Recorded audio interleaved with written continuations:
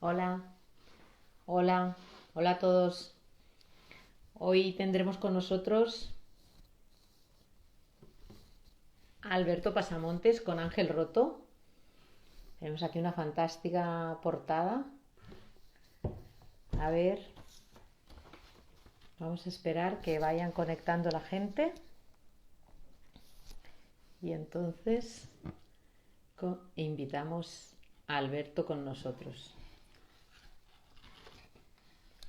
Buenas tardes a todos. Vamos a ver, hola, hola Alberto. A ver.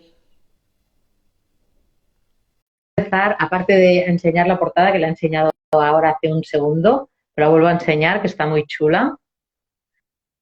Ángel Roto, de Alberto Pasamontes. Voy a empezar por, a ver, muy bien, ahora. Hola, no sé, Hola, estás de lado, a ¿eh? ver, Estás de lado, estoy de lado, ¿verdad? Que quería estás de probar. lado. Venga, nos ponemos de pie. Muy bien, venga. Hola, ¿qué tal? Muchas gracias. Muchas gracias por pasar un Bueno, ratito por aquí. faltaría más. Muchas Nos, gracias a ti. nos vemos las caras, que de vez en cuando hablamos, pero no nos vemos las caras. Voy Oye, a empezar por... ante todo una cosita, muchas felicidades por esa segunda edición de Bisturí. Muy Es contenta, bueno estoy que no muy se trata, que contenta. la gente lo ha mucho. Bueno, a ver cómo irá. Bueno, digo solo una cosa, ¿no? Que en castellano están muy poquitas librerías. Si alguien lo quiere, lo tiene que pedir en mi página o por algún privado. Y dicho esto, Ajá. ya vamos al tuyo, que para esto estamos aquí, para hablar del tuyo. Voy a leer un poco la biografía así rápido, ¿vale? Mira, Alberto Pasamontes compagina su dedicación a la literatura con la administración pública. Es autor de numerosos relatos breves, varios de los cuales han sido premiados y aparecen en diferentes antologías. Su primera novela, que era Entre la lluvia, supuso la primera aparición de los personajes Goyo Barral y Carmen Alonso. Luego, muy bien, luego tenemos la muerte invisible, que también lo tengo y me lo he dejado arriba, que también lo quería enseñar. Luego hablamos un poquito también de ese. Que fue la segunda incursión en el género negro y lograste el premio de novela policíaca Francisco García Pavón en Ujú. el 2015. Y también colaboras en diferentes blogs o revistas de género. Bueno, pues aquí estamos. A ver, primero ya te digo gracias y luego empezaría por el título y esta portada tan chula, ¿no? Sí, Que estos ojos, esta mirada que puede valer para varios personajes, no solo para uno. A ver, explícanos un poco, ¿de dónde sale? sí, sí, bueno, la portada, la verdad es que se nos trabajó pues, la gente de Editorial Milenio, que hacen un trabajo, la verdad, la maquetación, la portada y todo fue fantástico. Me propusieron un par de portadas y la primera, bueno, vamos, me presentaron dos a la vez. Una de ellas era pues una chica eh, tirada en el suelo, que era más convencional, Más vista más ya. realista, ¿no? Sí, más vista. Y esta, en cambio, efectivamente, como tú dices, es que eh, cuadra muy bien con lo que se cuenta dentro de la novela, pero es que además valía para otro personaje más que yo en principio no había reparado en ello y me di cuenta después de un tiempo, ¿no? Valdría para dos personajes de la novela. Bueno, en principio es pues la chica que comienza la novela con su suicidio, ¿no? Muy bien, muy bien. No, es que es chulísima, es como muy sencilla y a la vez que atrae mucho, ¿no? Sí, Es sí, la verdad es que impacta, ¿no? También. la línea de la colección Marrajo es Sí, esa, así como esta es portada en esa, blanco sí, y sí. rojo, bastante impactante. Y además, como decías tú, esos ojos que se ven, que te miran de ese modo en la portada, pues son muy llamativos, la verdad que enganchan enseguida. El otro día hablaba con otro autor sobre el tema suicidio, que es bastante tabú, tanto en Ujú. ficción como en realidad, ¿no? Tenemos que, bueno, nos cuesta hablar de ello, pero hay unos 10 suicidios por día, dicen, que dicen que el suicidio es la mayor causa de mortalidad entre los jóvenes, no natural, y ahora en tiempos de pandemia ha aumentado esto. Entonces, Sí. tú lo elegiste como tema. Sí, es que es un tema que no está todavía demasiado hablado en la literatura, ¿no? Hay, por supuesto, otras novelas que lo tratan, pero todavía no es un tema muy manido. Como tú dices, hay 1.600 suicidios al año solo en España, que es una barbaridad, son 10 al día. Lo que pasa es que no se oye mucho hablar de ello porque precisamente trata de no dar publicidad. Entonces, muchas veces en los medios de comunicación no sale. Durante la pandemia, efectivamente, hemos visto que ha subido también las cifras, igual que ha subido pues, otros, desgraciadamente, como la violencia de género. Porque últimamente no se habla mucho, como decía, para no dar publicidad, para que no haya un ejemplo, un efecto llamada hacia posibles suicidas. Pero bueno, últimamente parece que se está llegando a un nuevo acuerdo entre especialistas y medios de comunicación de tratar estos temas, pero de un modo, desde luego, muy aséptico, sin dar detalles, sin que trasciendan detalles escabrosos y, sobre todo, haciendo hincapié en que se facilite los números de teléfono, claro, las asociaciones que hay, donde puede recurrir una persona que se encuentra tan desesperada, porque hay sitios donde pueden acudir, pueden llamar por teléfono, pueden ir, y precisamente para tratar de que estas personas encuentren una salida y no acaben cometiendo un suicidio.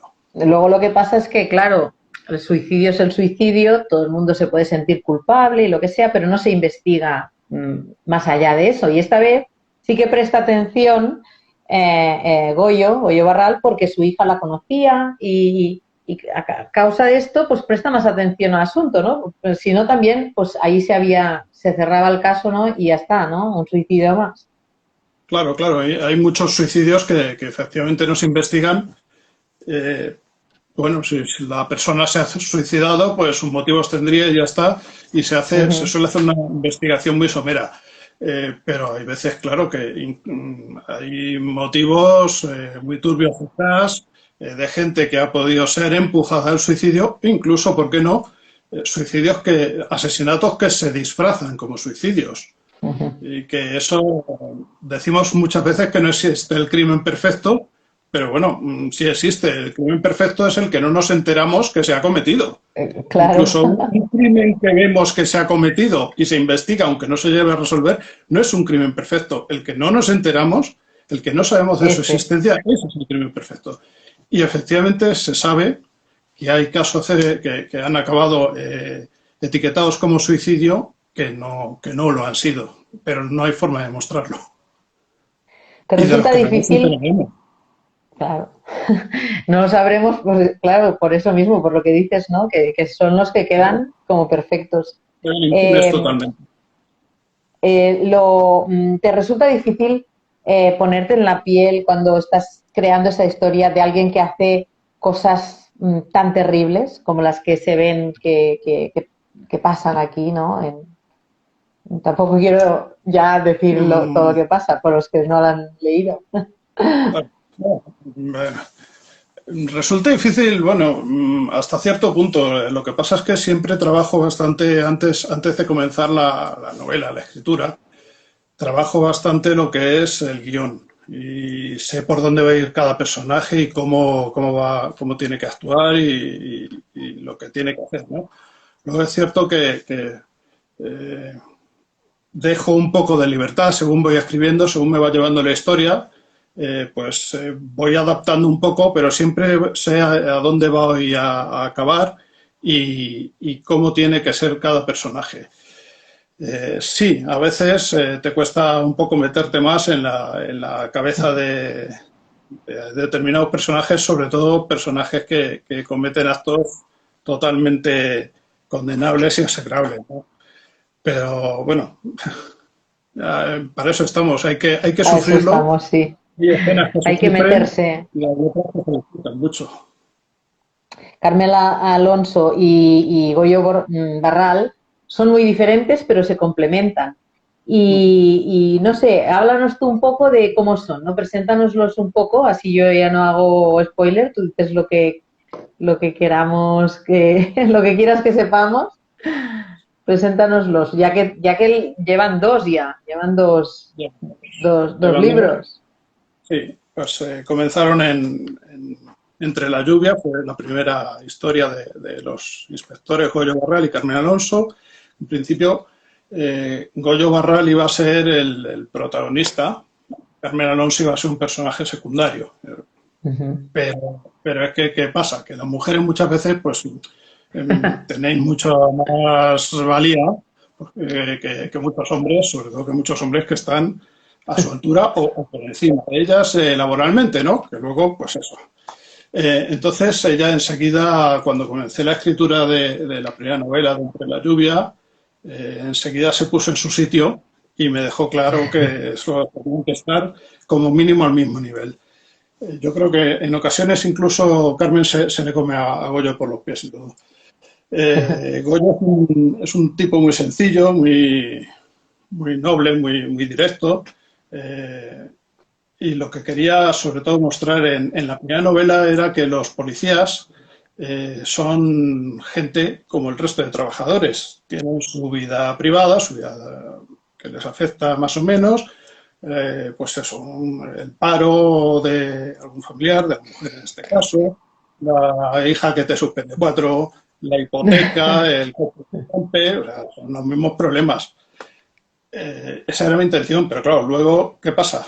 Que esta gente vive situaciones que son muy complicadas de digerir. No es lo mismo que yo que llego a mi despacho en el ministerio, me pongo ahí a teclear y pues cuando llegan las 3 se me cae el boli, apago el ordenador y me voy a mi casa sin pensar. Claro, lo que ve esta gente a diario no tiene nada que ver, son situaciones críticas y es inevitable que no les afecte a ellos, que afecte a sus familias, a su vida privada y que ellos no dejan, incluso psíquicamente ellos sufren mucho y acaba condicionando su comportamiento y su forma de vivir, ¿no? En este sentido, igual Carmen Alonso es una mujer muy decidida, muy valiente, es muy válida, inteligente y, bueno, entre sus problemas de índole privado, los que podemos tener todos, y los que se juntan con la resolución de, bueno, en este caso en Ángel Roto, pues le hace revivir el caso ciertos recuerdos que tenía ahí olvidados, ¿no? Pues, claro, la pobre Carmen, pues la verdad es que lo pasa bastante mal. Pero sobre todo eso, son personas normales y corrientes, como todos los demás.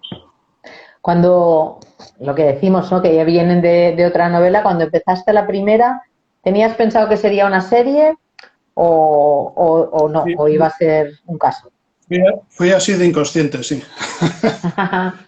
Entonces ya estaba planificado que esto... Venga, me voy a meter en una serie, sí. ¿Por qué no? ¿Sabes qué pasa? Que luego, claro, tú haces una novela, es muy complejo hacer una novela, tú lo sabes.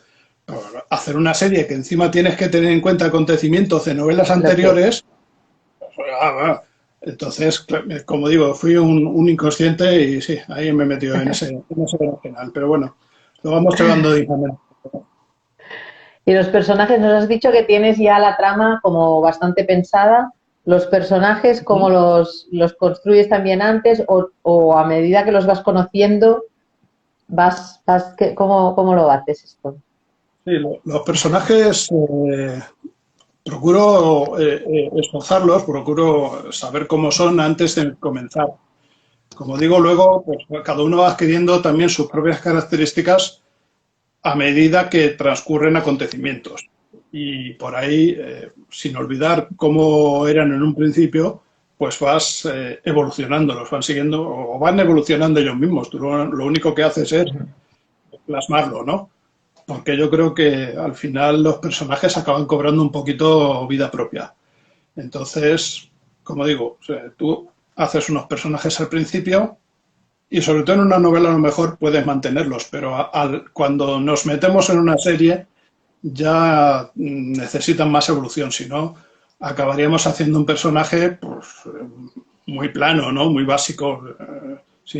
Además, como decía, me interesaba mostrar la vida privada, la vida cotidiana de los policías y eso no se puede mantener durante mucho tiempo. Una novela corta sí, no necesita que el personaje evolucione especialmente, pero en una serie es inevitable. Yo lo que digo, ahora mira a ver si había alguna pregunta por si acaso. Yo lo que digo siempre es que es cuando ya cogen vida, como dices tú, y que ya empiezan a pensar cosas que primero no habías pensado, es cuando tú ya estás ya metido en su interior totalmente, ¿no? Entonces cuando Sí. tienen ya esta vida propia, ¿no? Que decimos, ¿no? Que en realidad que eres tú, que ya te lo has creído del todo ya, ¿no? Entonces también tenemos eso, ¿no? La trama, tenemos los personajes y la voz para explicar según qué temas de la mejor manera, ¿no? Esto cuesta un poco coger el tono. Es que es complicado porque nunca sabes al final si has acertado del todo con la voz que has escogido para contarlo, ¿no?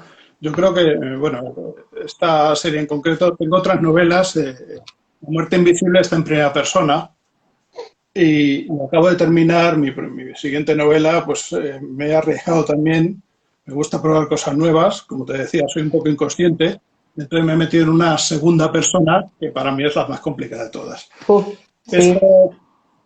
Esto quizás sea lo más sencillo, una tercera persona normalita, que da mucho juego, normalmente siempre funciona bien. Además, bueno, sigue un poco, porque se haga una idea el lector, pues la línea de otras novelas de detective, de policías, de inspectores, ¿no? Todos conocemos, pues a lo mejor en la línea, sin quererme comparar, por Dios, pues en la línea de Petros Márkaris o de Henning Mankell, ¿no? Es una estructura similar. Y como decía, para la primera novela yo creo que no me convenía correr demasiados riesgos, entonces yo creo que fui ahí a lo más evidente, ahí a lo más sencillo, dentro de la complicación que siempre supone escribir una novela, ¿no? Bueno, no hace falta comparaciones, pero a mí me ha gustado tanto más que alguno de los que has dicho, ¿eh? O sea que nada. Esta que me dices no es de Goyo, ¿no? No será de los inspectores. Esta que dices de la segunda persona no es otra parte como la de la muerte invisible, Es una que novelita muy es rápida, sola.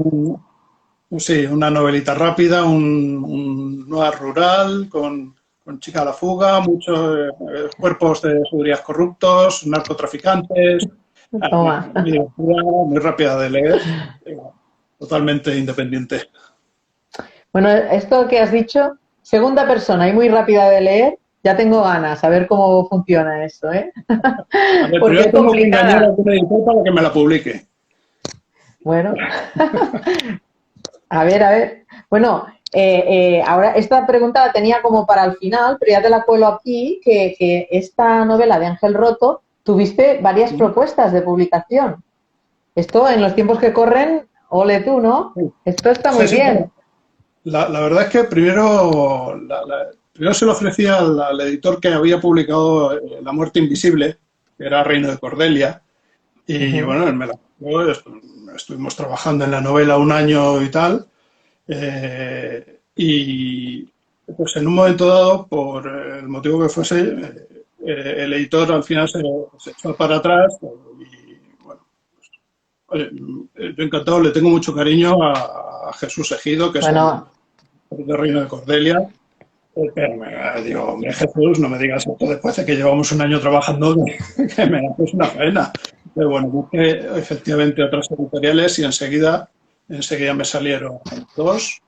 Una de ellas fue Editorial Milenio y yo ya había visto algunas novelas de la colección antes y con Sebastián Benassar, además, que es el ujú. director de la colección, es un tipo Sí, sí. encantador y no hubo, vamos, no tardé nada en decidirme. No, no, esto es fantástico. Luego en esta, un tema que tocamos mucho es la familia, ¿no? Está muy presente tanto en la parte de la víctima como en la del investigador. Ya lo hemos hablado un poco, ¿no? Que querías mostrar eso, ¿no? Que el policía también es gente normal, ¿no? Pero bueno, aquí tocamos familia por todos lados. Sí, sí, sí, efectivamente. eh, sí, tanto el lado de los protagonistas, en este caso los policías, como en el lado de la víctima, es una novela familiar, digamos, en cierto sentido, aunque A medias. no es lo que normalmente entendemos por novela familiar. Sí, las familias en este caso tienen mucha influencia en la historia y bueno, normalmente, pues eso, también en la vida de uno la familia cuenta mucho, ¿no? Aquí nos hablas de otros temas, del desempleo, de las relaciones personales, de la amistad, de la lealtad, de la traición. Y la novela tiene dos tramas que reparten el protagonismo, ¿no? Te voy a preguntar si las tenías claras desde el principio, pero primero, aquí me había marcado un trocito que dice que el inspector jefe Goyo Barral bajó del coche con una extraña sensación. Fuera lo que fuera aquello, había ocurrido apenas a 500 metros de su casa. Es desagradable que ciertas cosas sucedan cerca de donde vives, borran la reconfortante sensación de seguridad y de rutina que deseas para tu familia, para tu hogar. Pero aquí hay otra cosa también, ¿no? Uno de los temas pasa cerca de su casa y el otro, que es un robo y tal, pasa cerca de la comisaría, ¿no? En los dos Sí, casos pasa cerca que dices, anda que estamos aquí. sí, no se entera de nada Cuando, el cuando, pobre. Cuando te toca de cerca la cosa, tú siempre lo quieres ver lejos todo esto, ¿no? Esto pasa lejos, a los otros y esas cosas, ¿no? Claro, es un poco también volver a lo que decía antes, de que todos, pues, en nuestra vida privada, o sea, los policías son gente normal, ¿no? Pensemos que lo que está pasando, lo que ocurre, los crímenes pueden ocurrir en la casa de al lado, en la casa del vecino. ¿Cuántas veces Uh hemos -huh. oído eso de que era una persona estupenda? No nos esperamos esto, ¿no? Puede pasar Siempre, en la... siempre decimos eso. Claro. Pero realmente no sabemos dónde puede estar ocultas estas cosas. Eh, ¿Qué es lo que ocurre? Que esa sensación de seguridad la queremos todos en nuestra vida diaria. Y yo creo que por eso me gusta tanto, por lo menos a mí, la novela negra. Primero porque la novela negra hace crítica social, que yo creo que es muy necesaria en los tiempos que vivimos, y segundo porque nos da ese plus de peligrosidad, digamos, de aventura, que necesitamos todos un poquito de vez en cuando, que nos suba un poco la adrenalina, Uh -huh. pero no lo queremos al lado de casa, o sea, en la puerta al lado que todo esté muy tranquilo. Eso yo creo que nos lo da un poco la novela negra. Y Y un habías poco de dicho algo. juego también. Sí, claro, claro. Creo que habías dicho algo más en el inicio de la pregunta. Ya no se me ha ido. Bueno, te he dicho, ahora había girado la página, ¿no? Que nos hablas de... Ah, bueno, sí, que te había dicho también que si tenías claras que iban a haber dos tramas y cómo Es verdad. interactuaría la cosa. Sí, sí, no. Pues fíjate, primero estaba solo la trama de la chica, de Raquel Fuentes, que es la chica que se suicida, y la otra trama surgió precisamente, te comentaba que había estado un año trabajando en la novela con mi anterior editor, y fue él Uh el que me propuso que hiciese una segunda trama que le diese un poco más de -huh. profundidad. O sea que, como te decía, yo me llevo estupendamente con él, le tengo mucho aprecio y gracias a él yo creo que la novela incluso mejoró mucho porque se incluye esa segunda trama, cuando ya estaba la novela prácticamente Uh -huh. finalizada, me dijo, venga, dar una vuelta Lo tienes que y hacer todo otra vez.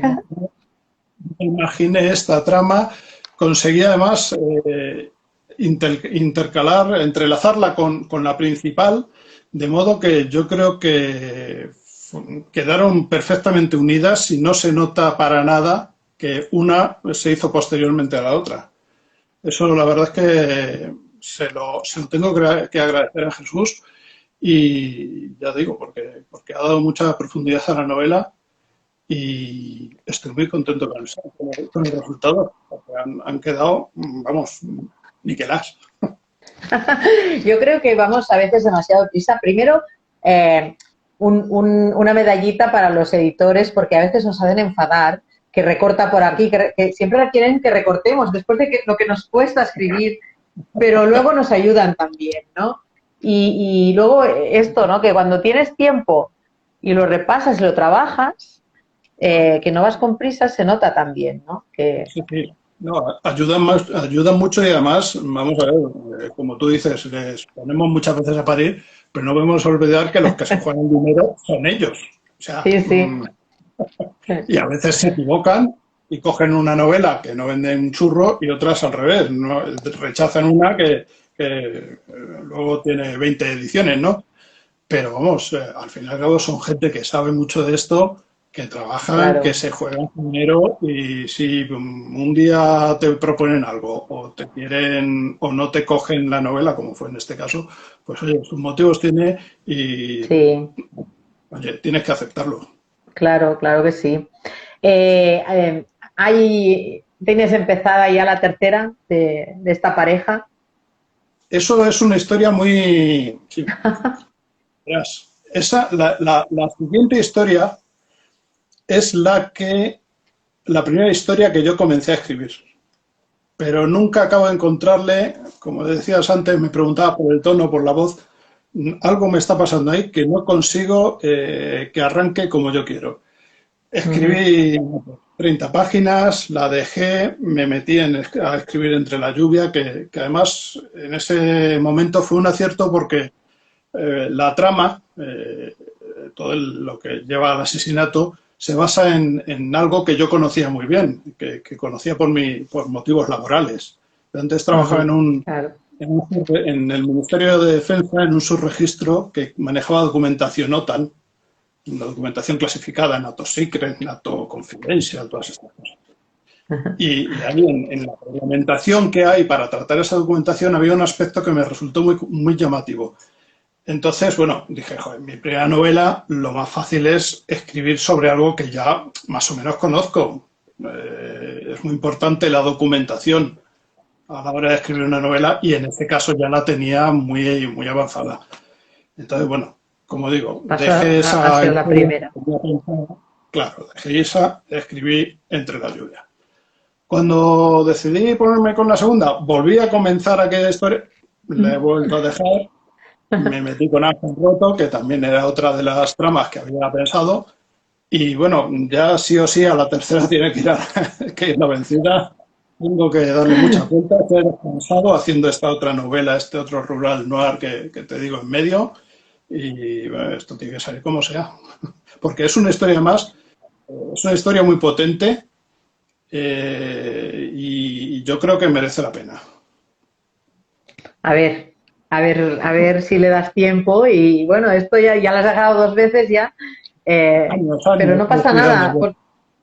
No, no, es lo que tiene, tienes que encontrar en cuanto estés seguro de lo que Sí. vas a escribir como las otras, Sí. avanza rápido luego.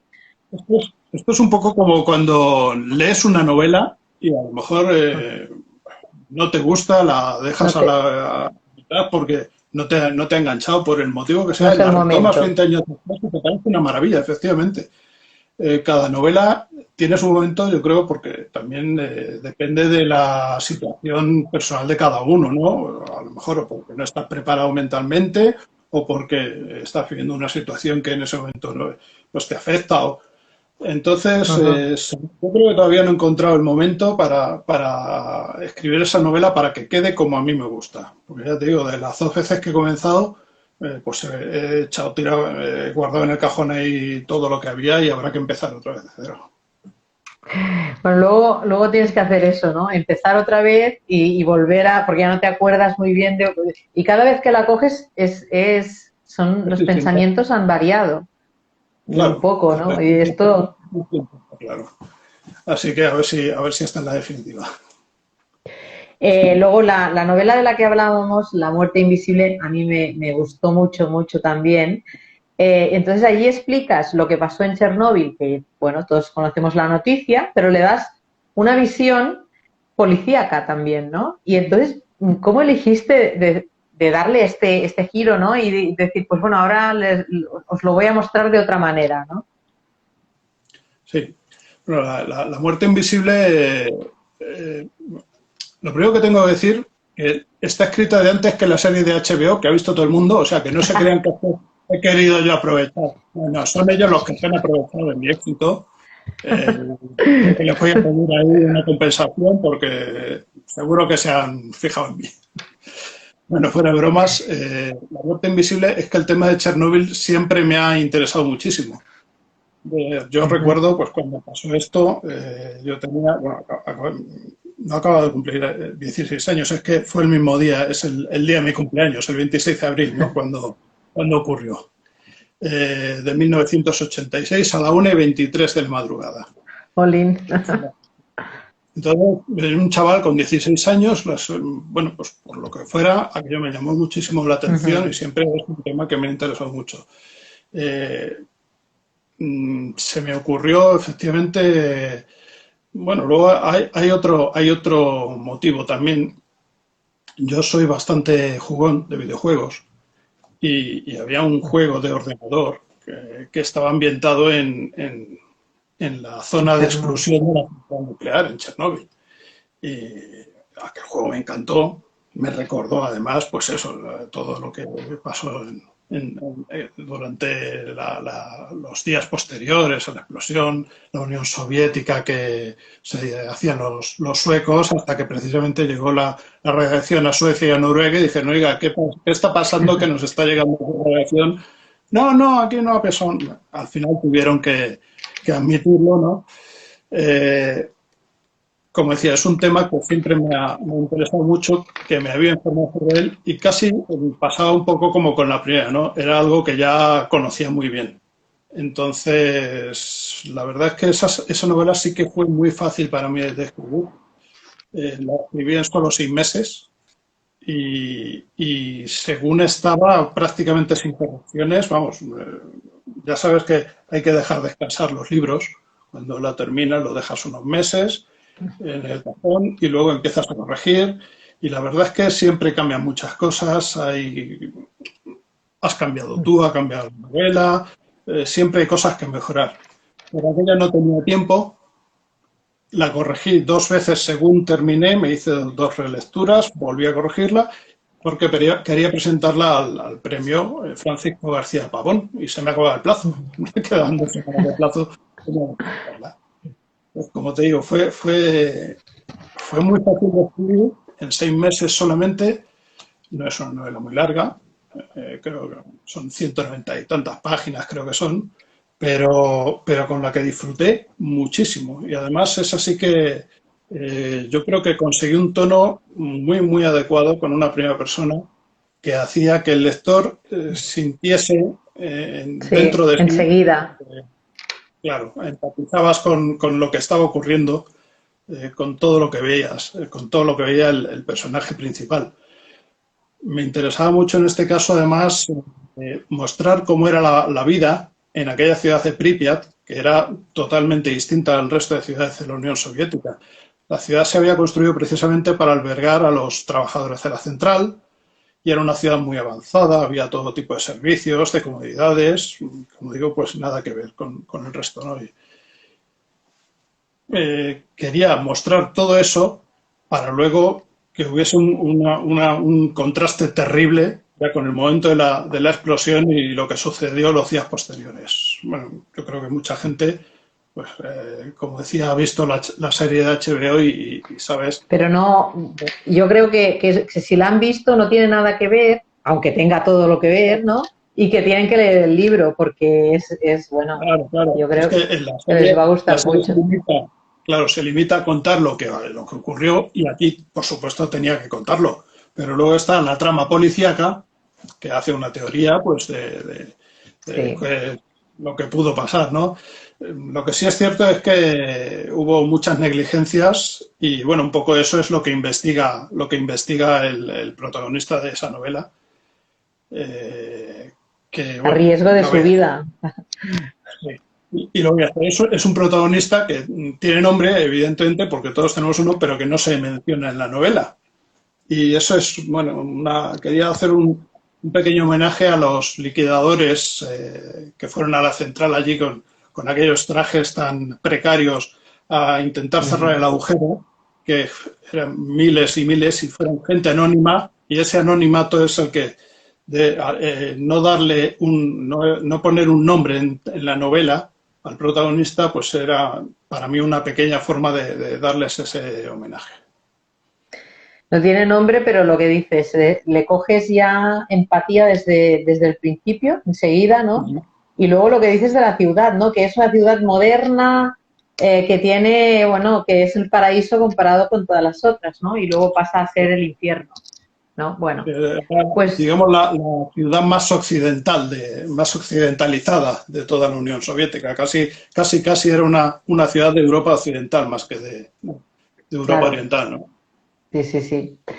Bueno, pues yo no sé si tú quieres comentar algo más de tus novelas o eso, o bueno, yo te quería preguntar que he visto hoy que vas a Castellón ya, empezamos a ver con un poquito a recuperar la Sí, normalidad. pues, ahora voy a Castellón el día 30, el viernes, y luego también pues iré a un festival nuevo que en Galapagar, en un pueblo aquí de la Sierra de Madrid, que también para junio. Muy bien.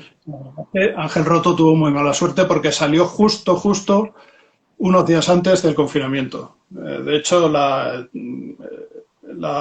presentación en una librería aquí en Madrid, en la librería Burma, estaba prevista para el 13 de marzo y nos confinaron el 14. O sea, yo viendo ya cómo estaba la situación, cancelé la presentación. Una entrevista que me habían hecho para Onda Madrid se canceló, bueno, presentaciones, festivales, todo.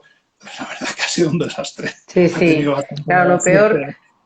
lo peor Sí, era no, que decíamos, bueno, en efectivamente, unos meses volvemos, ¿no? A finales de año, todos los festivales se cambiarán a finales de año y decíamos, ala, luego todos a la vez y luego no hubo ni finales de año ni nada de nada.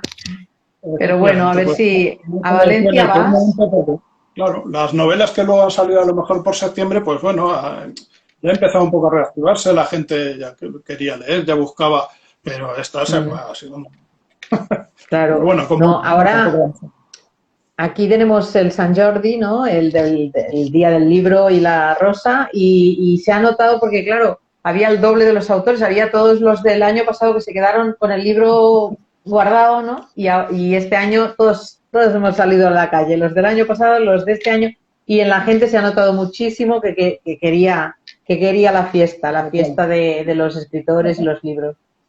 He visto además un artículo en prensa esta mañana que decía que, bueno, eso, que el Semperdi se ha vendido entre un 30 y un 50% más que en 2019.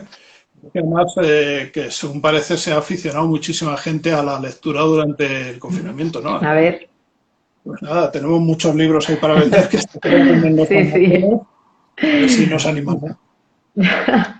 De hecho, es verdad, ¿eh? Porque yo cuando abrimos las plazas para club de lectura y tal, pensé, la gente tiene miedo y no se apuntarán, se apuntó el doble que los otros años. Hemos hecho 2 grupos en lugar de uno, o sea que ya igual los vamos a mantener ya durante los siguientes años. O sea que algo bueno de lo malo, ¿no?